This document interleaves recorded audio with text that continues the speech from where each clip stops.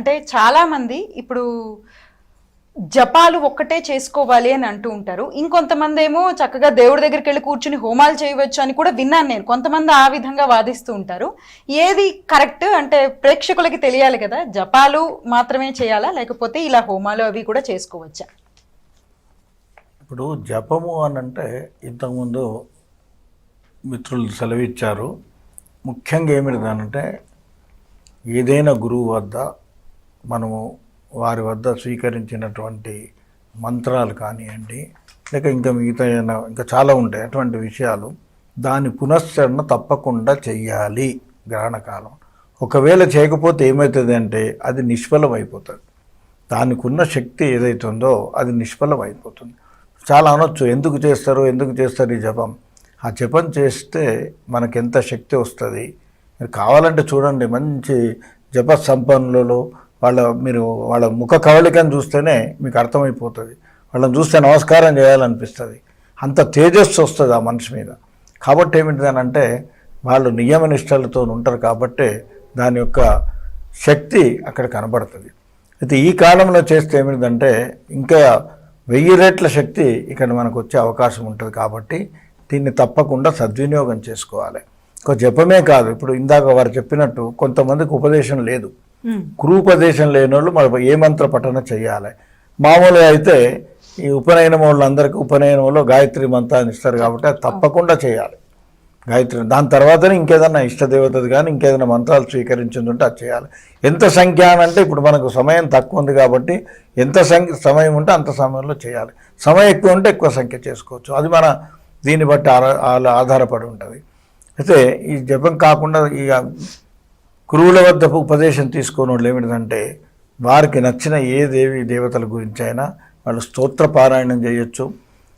ఈ రోజులలో చాలామంది అంటే మన లలితా సహస్రనామాలు, లక్ష్మీ సహస్రనామాలు, విష్ణు సహస్రనామాలు ఇవన్నీ చదువుతుంటారు. మనకు ఏది నచ్చితే ఏది మనం చేయగలుగుతామో అది ఏది చేసినా సత్ఫలితాన్ని పొందగలుగుతారు.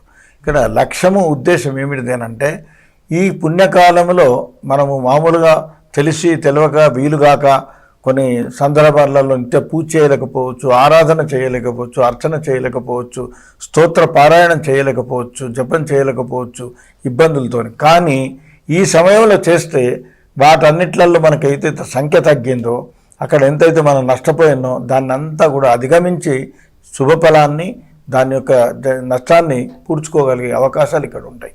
కాబట్టి ఇది అత్యంత పుణ్యకాలం అని అంటారు. దీన్ని భయపడవలసిన అవసరం లేదు. గ్రహణం అంటే ఎంతో అదృష్టం అనుకోవాలి. ఇప్పుడు వారు చెప్పినట్టు కొంతమంది మీరు అడిగేది ఏమిటంటే కొన్ని పూజా ఇవి హోమాలు చెయ్యాలి అని కూడా ఉంది. అది కరెక్టే. ఎందుకనంటే అది మన వరకు కాదు, మన సామాన్య మనుషుల గురించి కాదు. యోగులు ఇప్పుడు వారు చెప్పారు చూడండి, కొందరు దీక్షాపరులు ఉంటారు, మునులు ఉంటారు, ఋషులు ఉంటారు. ఇది ఒక్కరికొరకు చెప్పింది కాదు శాస్త్రం, అందరికీ సంబంధించింది. వాళ్ళు తప్పకుండా ఏమిటంటే నదీ తీరంలో స్నానం చేసి ఆ క్రతువులన్నీ ఆచరిస్తారు. అంతేకాదు శ్రాద్ధాది కర్మలు కూడా ఆచరిస్తారు. అది శ్రాద్ధాలు ఎట్లా పెడతారు అని అంటే ఇప్పుడు ఇందాక వారు చెప్పినట్టు శ్రాద్ధ కర్మ కూడా ఇందులో ఉన్నది.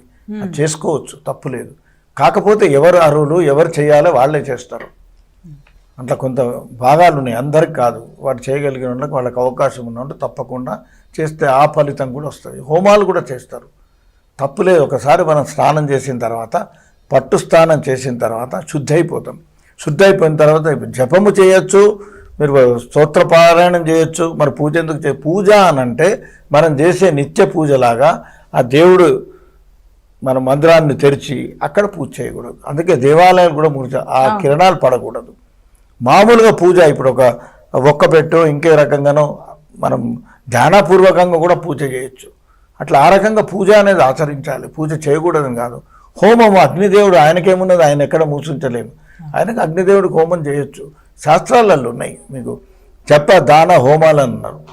జపం చేయొచ్చు, దానం చేయొచ్చు, పూజ హోమం ఇవన్నీ దాంట్లో ఇచ్చారు. దానాలు కూడా చేసుకోవచ్చు.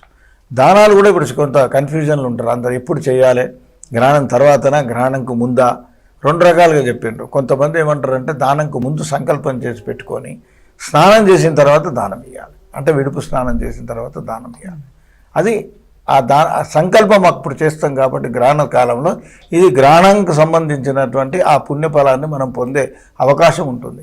అంటే సంకల్పం అప్పుడు చేసుకొని స్నానం చేసి, ఎందుకంటే మనం బయట పోలేము, మనం తీసుకునే వాళ్ళు కూడా ఎవరు ఉండరు కాబట్టి స్నానం చేసిన తర్వాత ఎవరైనా అందుబాటులో ఉంటే బ్రాహ్మణులకు, సద్బ్రాహ్మణుడికి ఇస్తే చాలా బాగుంటుంది, ఇవ్వాలి.